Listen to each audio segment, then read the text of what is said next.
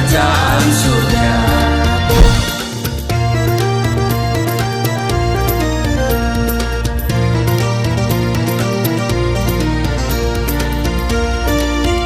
Shalom Bapak Ibu, sahabat Galilea dan seluruh subscriber Galilea Network yang diberkati oleh Tuhan Yesus. Apa kabar hari ini?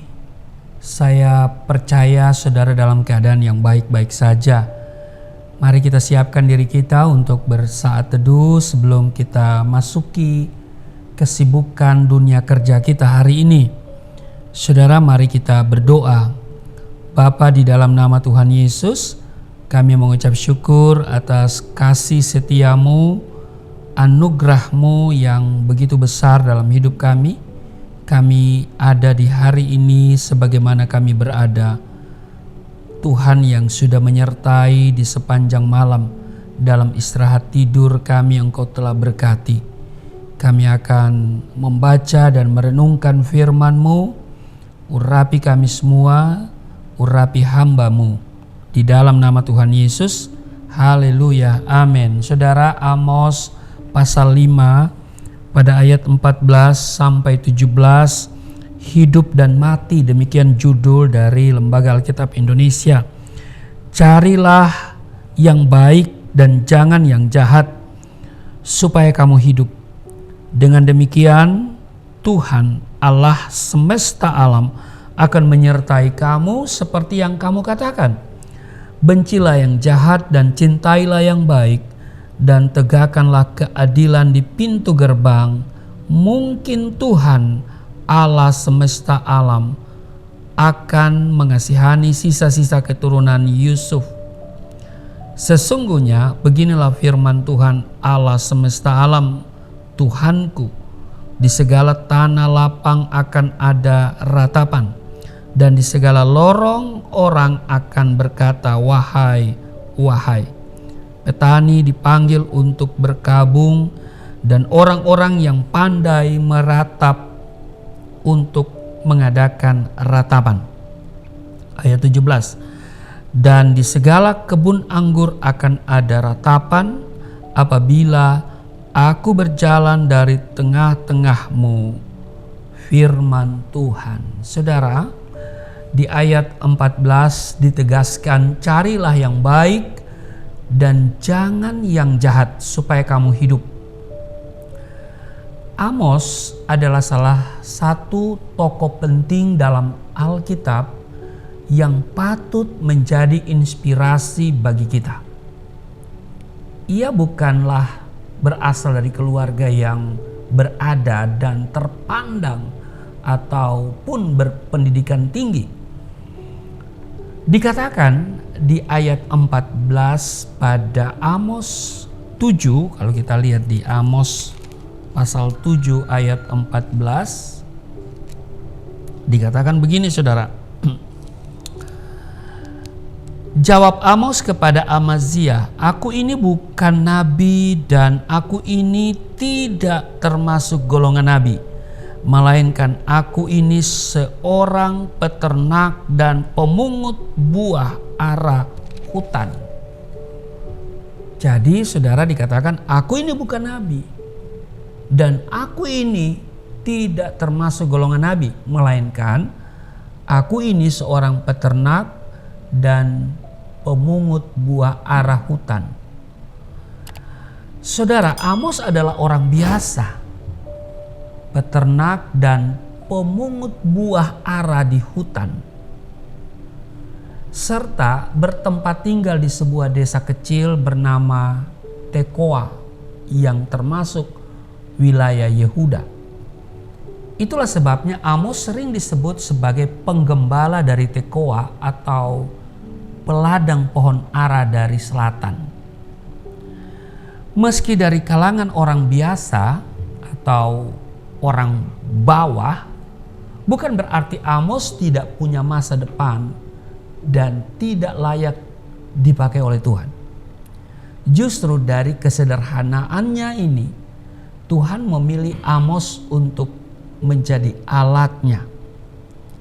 Ada tertulis di 1 Korintus pasal 1 ayat 27 28 dan 29, apa yang bodoh bagi dunia dipilih Allah untuk memalukan orang-orang yang berhikmat, dan apa yang lemah bagi dunia dipilih Allah untuk memalukan apa yang kuat, dan apa yang tidak terpandang dan yang hina bagi dunia dipilih Allah, bahkan apa yang tidak berarti dipilih Allah untuk meniadakan apa yang berarti, supaya jangan ada seorang manusia pun yang memegahkan diri di hadapan Allah.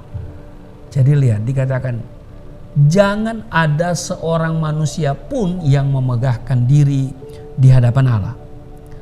Saudara, jangan pernah minder atau berkecil hati dengan keadaan yang ada, dan janganlah berkata, mana mungkin hidupku dipakai Tuhan, sementara aku tidak pernah mengenyam pendidikan teologi, tidak fasih bicara, wajahku pas-pasan, aku tidak punya harta yang bisa dibanggakan.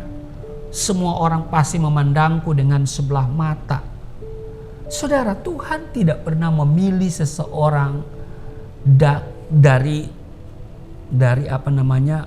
casing ya, dari fisik, jabatan, kekayaan dan sebagainya. Tertulis di 1 Samuel pasal 16 ayat 7, bukan yang dilihat manusia yang dipilih Allah. Manusia melihat apa yang di depan mata, tetapi Tuhan melihat hati.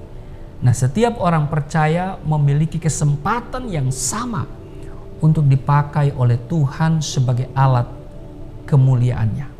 Saudara juga sedang dipakai oleh Tuhan menurut profesimu di tempat di mana engkau bekerja, dan di mana engkau berada, engkau bekerja.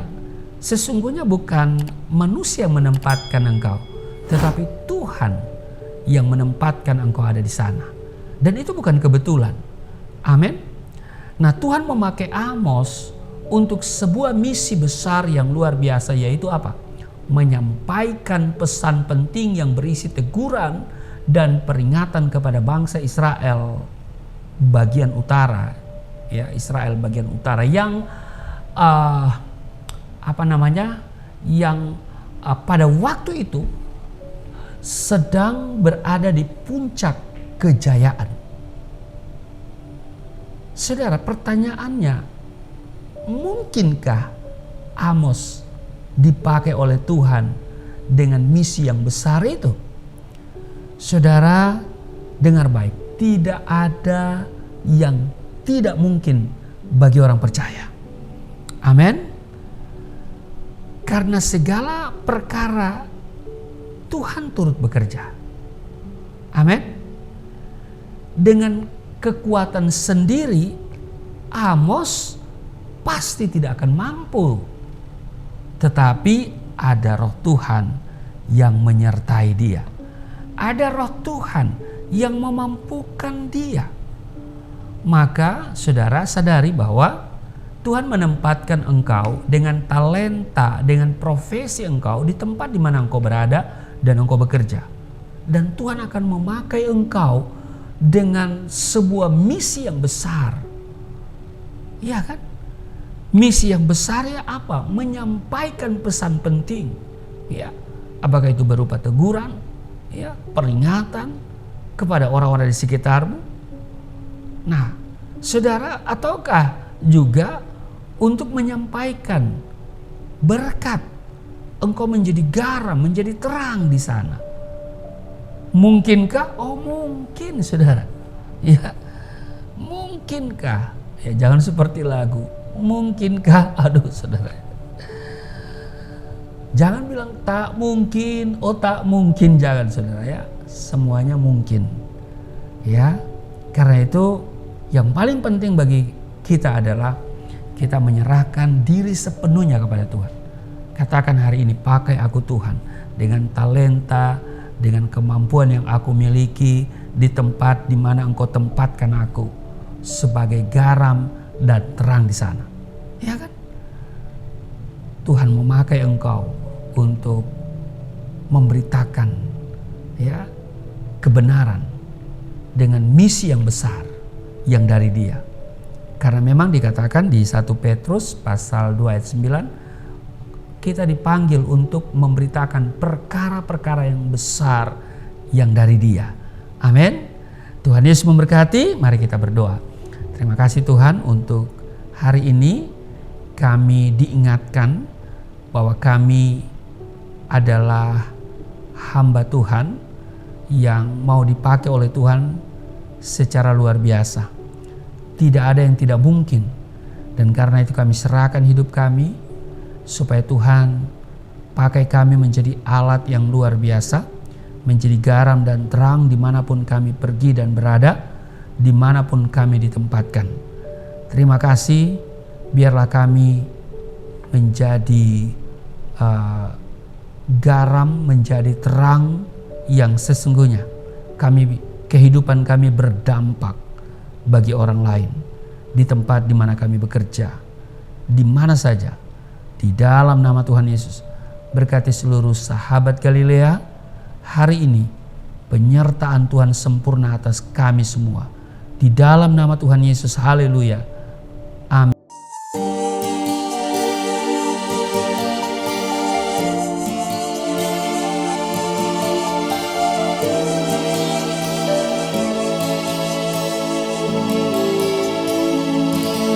Bapa kami yang di surga,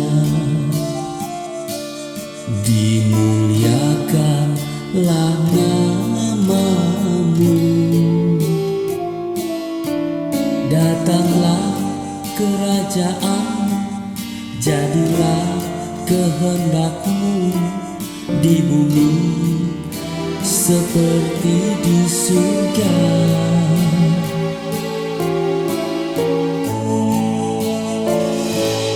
Berikanlah kepada